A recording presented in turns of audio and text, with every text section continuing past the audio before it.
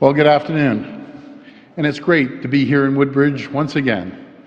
I just love coming up the Vaughan, and the people here are absolutely wonderful.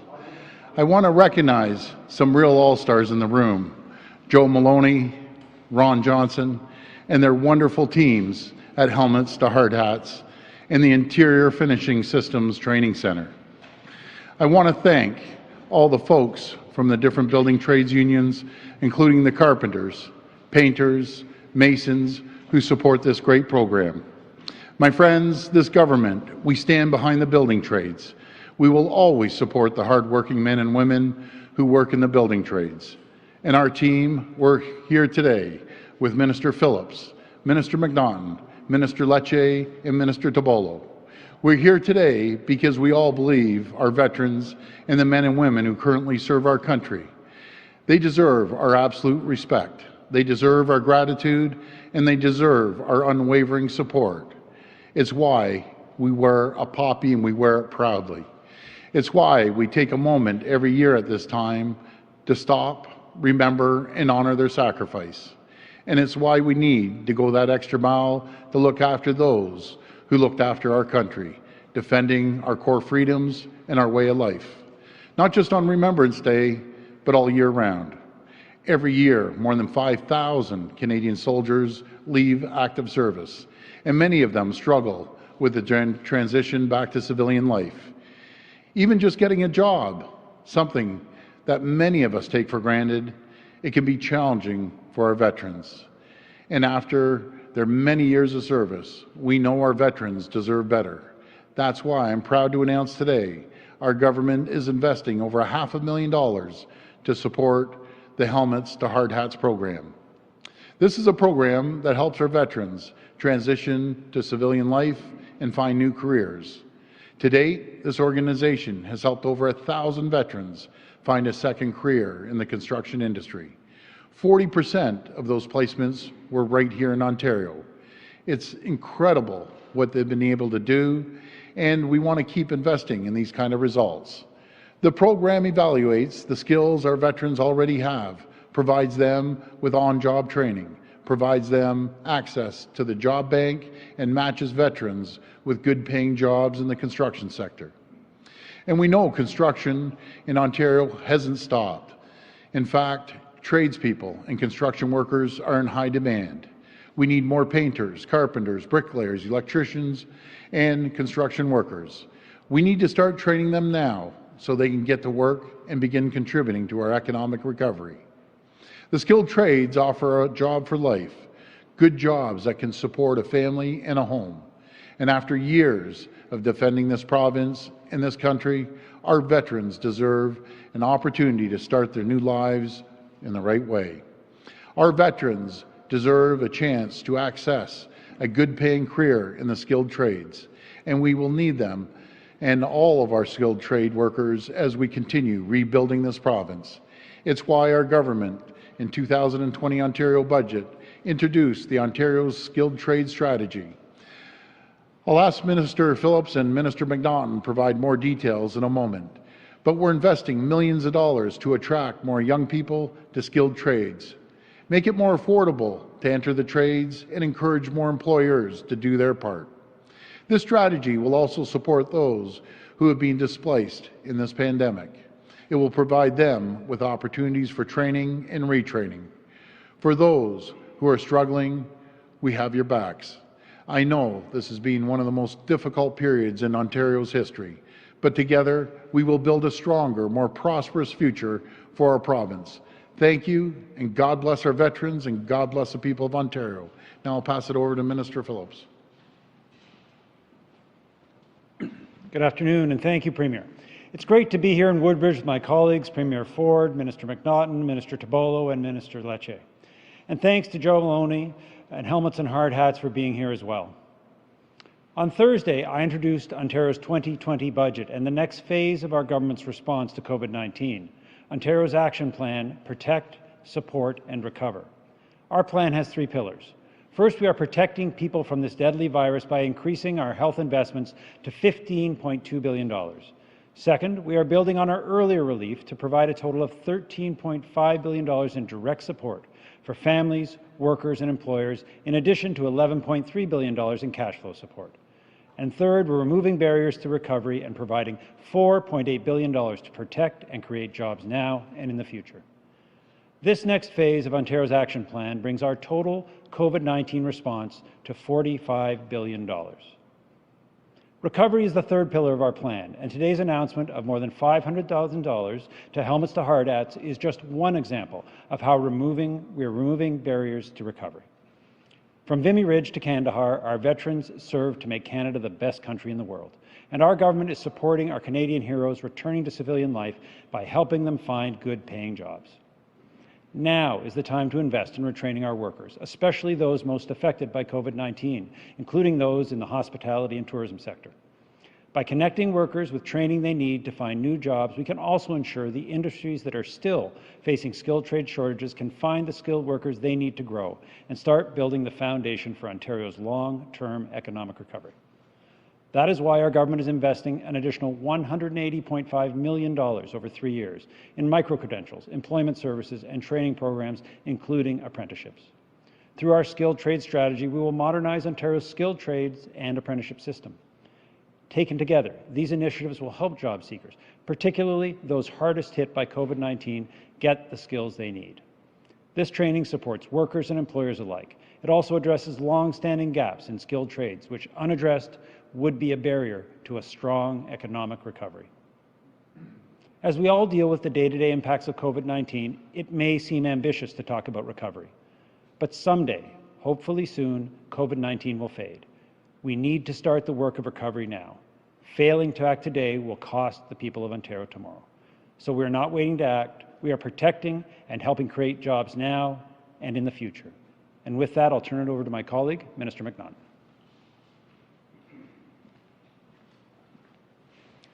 Good afternoon, everyone, and thank you, Minister Phillips, for the kind introduction.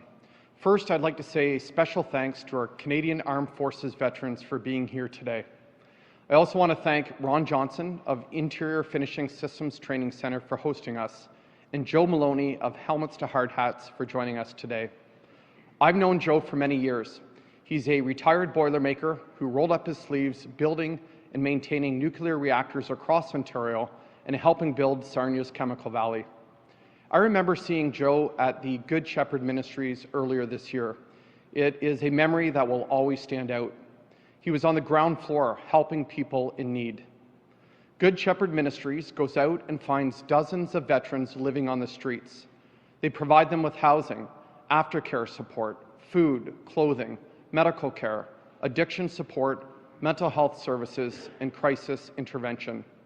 He's a true friend to our former military personnel, and clearly we can and must do better to support them.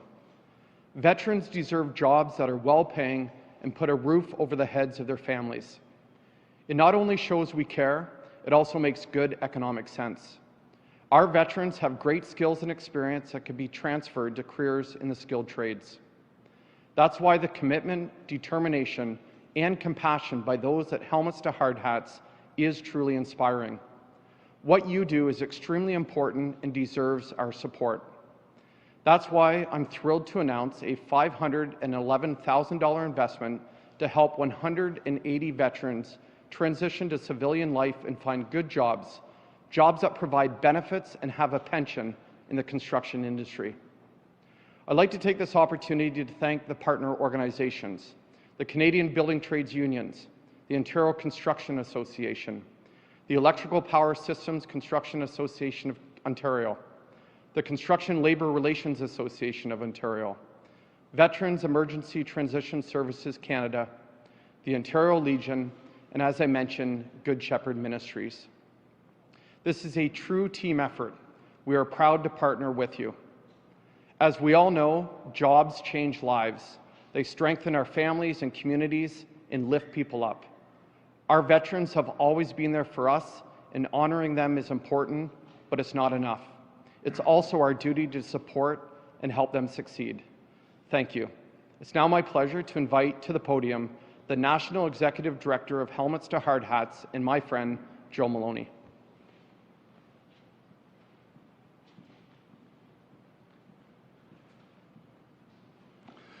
Thank you, Minister McNaughton, for that kind introduction. And thank you to the Premier for being here today. Veterans deserve good jobs when they transition back into civilian life. They have talents that their communities need, and they are ready to serve in new ways. Since Helmets to Hard Hats started in 2012, we have placed well over 1,000 veterans into construction industry opportunities, primarily through apprenticeship programs.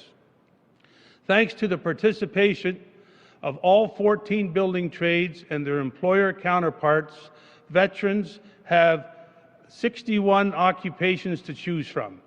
We are a national organization, but with the support of the Ontario government, over 40% of our placements have been and continue to be in Ontario.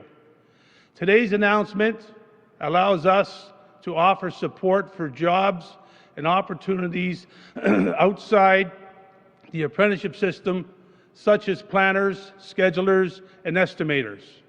It also allows us the opportunity to reach out to homeless veterans by partnering with Good Shepherd Ministries, and to date we have placed 2 formerly homeless veterans with more to follow. We would have done more, but COVID slowed us down quite a bit. On behalf of Helmets to Hard Hats Canada, I would like to thank the Ontario government for this generous assistance, as it is truly making a difference for a lot of well-deserving men and women who have served our country. Thank you. I'd like to now invite to the podium the Member of Provincial Parliament for Vaughan Woodbridge, Minister Michael Tibollo. Thank you.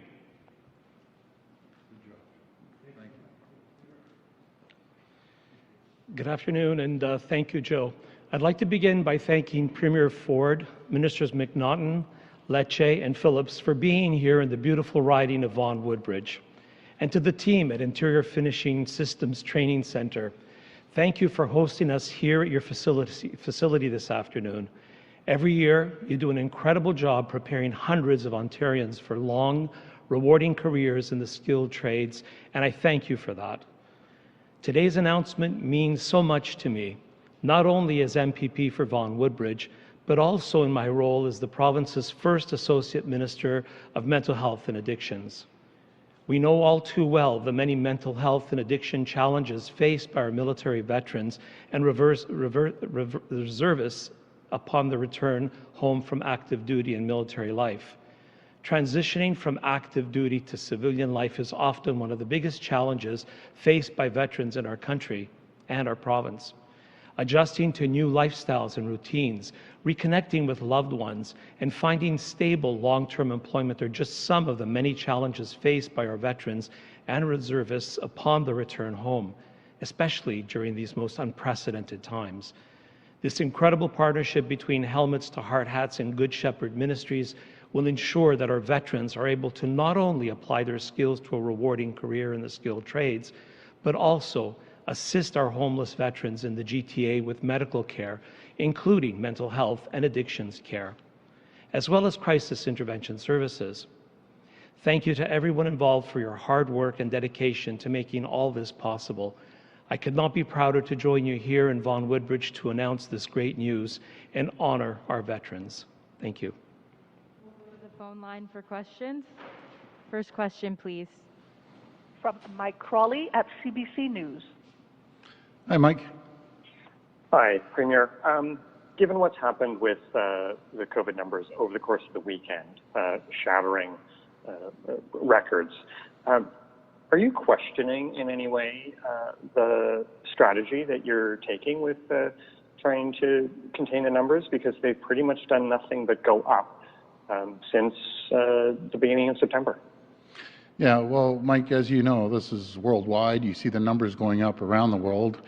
I'd think differently if it was just Ontario, but I'm happy you asked that question because per 100,000 number of cases, we're the lowest in North America in any jurisdiction. So as much as we're seeing the numbers go up, we still have the lowest numbers for any large jurisdiction.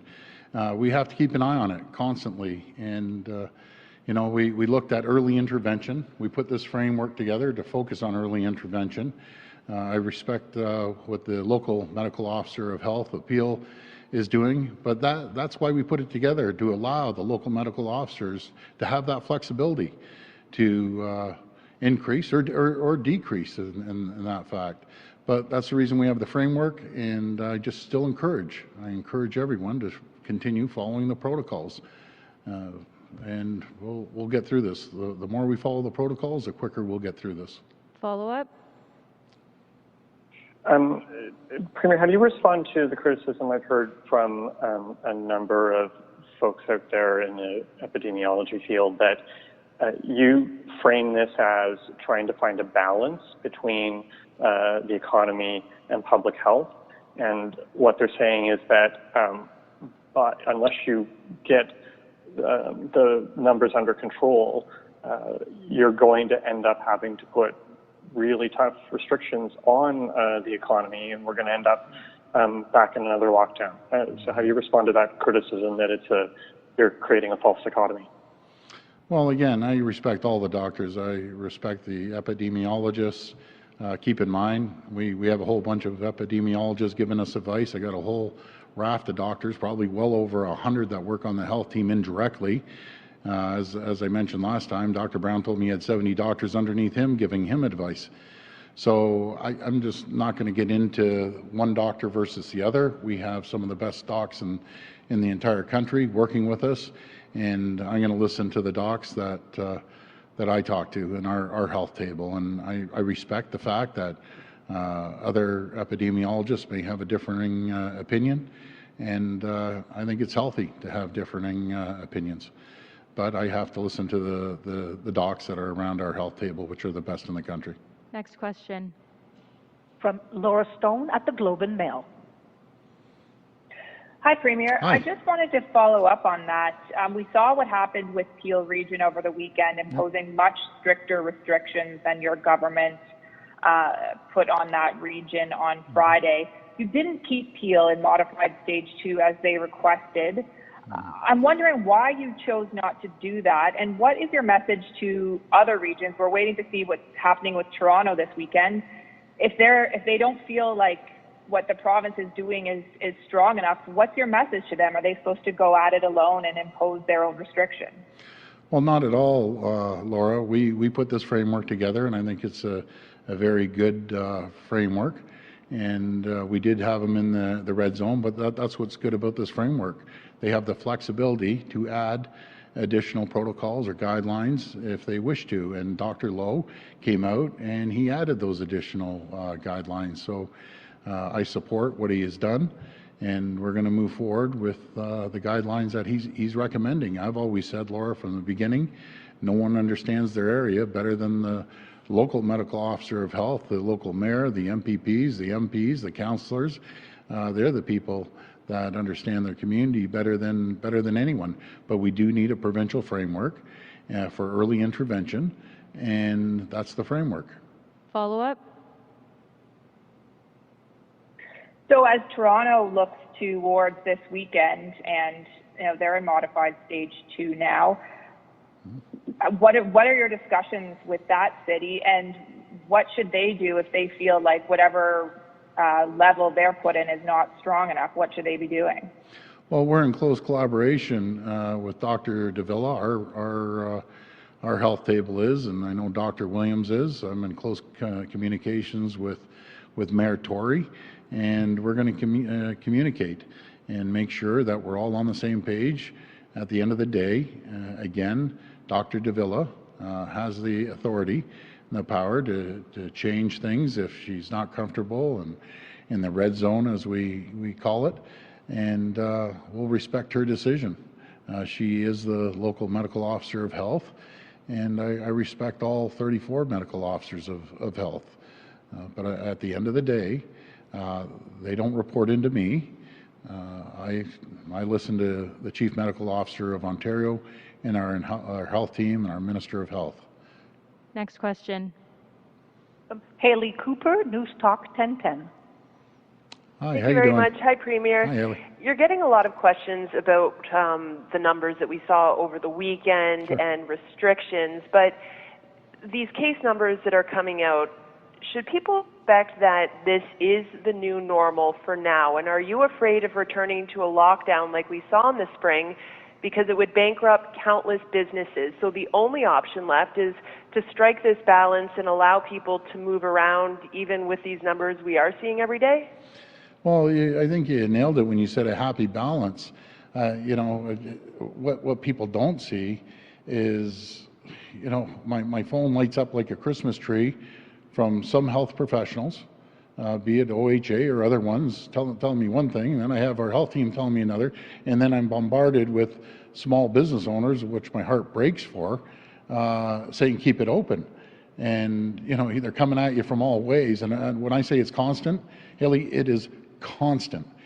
And I always go out, I never make a decision ever throughout this whole pandemic with the advice, without the advice of our health team, my Minister of Health, our cabinet, our caucus, and the stakeholders within the industry.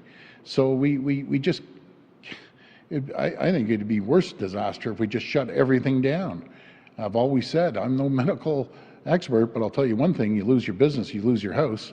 Where do you measure mental health? Where do you, I know my minister would be able to tell you about mental health, and how do you measure the increase in addictions? How do you increase the depression? Matter of fact, I'm going to hand it over to my Minister of Mental Health, and he can say what he's been seeing out there throughout this.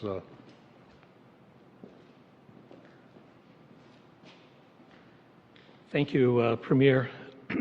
As you can imagine, in a situation where you start to break routines and you don't have individuals being able to go out and follow the normal things that they do every day, it really does impact on their mental health. And we've seen statistically an increase in suicides, we've seen an increase in relapse, we've seen an increase in addictions. So our effort as a government has been to try to put in the protocols that would assist people in a lockdown situation. But even with the investments that we've made in internet-based cognitive behavioral therapy, in supports, people still need other people. So it's extremely important that we strike, as the Premier said, a balance that allows people to maintain as much as possible a routine, and provide them with the supports they need, face-to-face, internet-based. So we're working to ensure with our investments as a government that that plan is put in place and that we're helping as many people as possible with mental health and addiction supports. Follow up? Thank you. And my follow-up is not COVID related, and I recognize that it's not top priority right now, but for many families it is, especially a family in Vaughan, and it's regarding the pit bull ban. Now, the reason I'm asking about this is because that family in Vaughan, they had a 4-year-old dog which they claim is a Labrador Retriever American Bulldog mix. And that dog got out this past summer, and Vaughan Animal Services found the dog, picked it up, held it for 100 days just because it resembled a pit bull.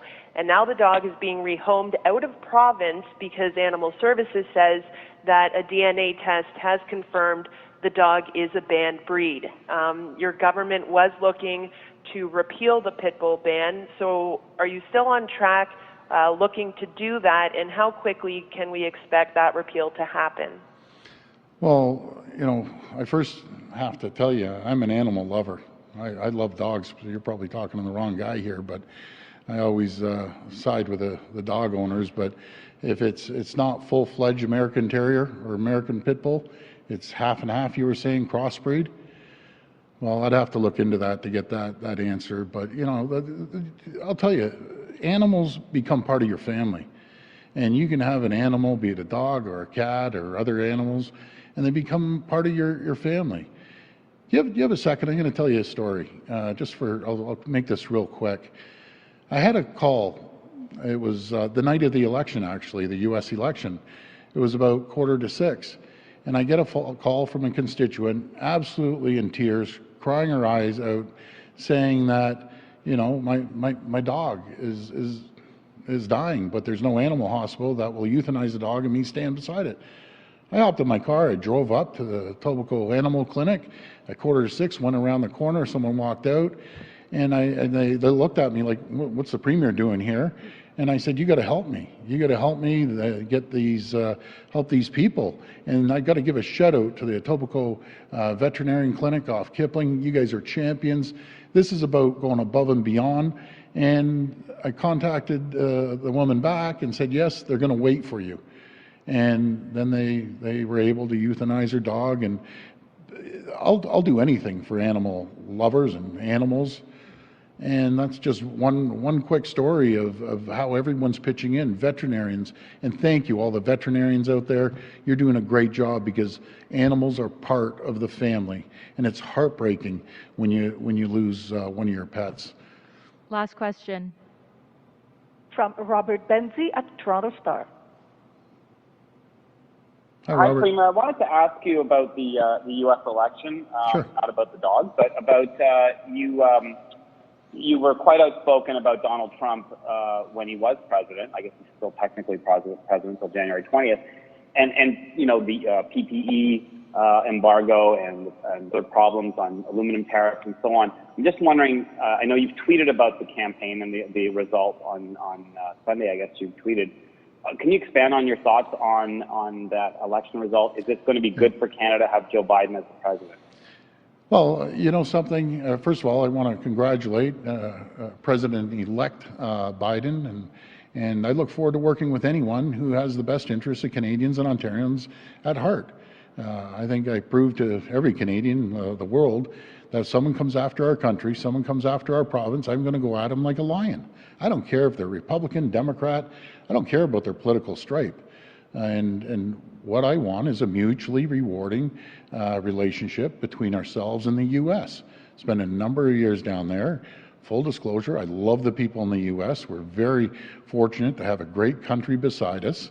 And I just want the people of Canada and Ontario to get the same respect from American leadership that we give.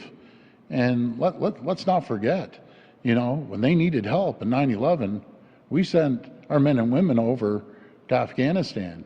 When they needed to land planes at 9/11 in Gander, Newfoundland, we opened our arms up. We fought shoulder to shoulder with them in more wars than probably any country.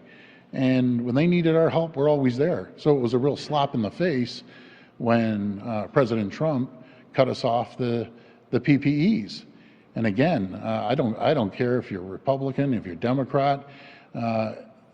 We expect a good relationship and really focus on the economics. We are the United States. Ontario alone is the United States' third largest trading partner in the world. And we need to be treated like the third largest trading partner in the world. I don't expect any tariffs, any aluminum tariffs and anything else. Let's work together, and it's going to be beneficial for both sides of the border. Canadians buy more goods. We're their number one customer. We buy more goods than the UK, Japan, and China combined off the United States. We're an economic powerhouse. So folks sitting at home, let's never take a backseat to anyone, including the United States, as much as I love them. We're number one. We're an economic powerhouse. There's nothing we can't produce here in Ontario. Nothing at all. We have the brightest and best people anywhere in the world. And just get ready, because once we get through this economy is going to be on fire like no tomorrow. Follow up? And Premier, in that vein, do you have any update on the U.S. border? I mean, I know you and Justin Trudeau have been simpatico on this, on keeping the border shut.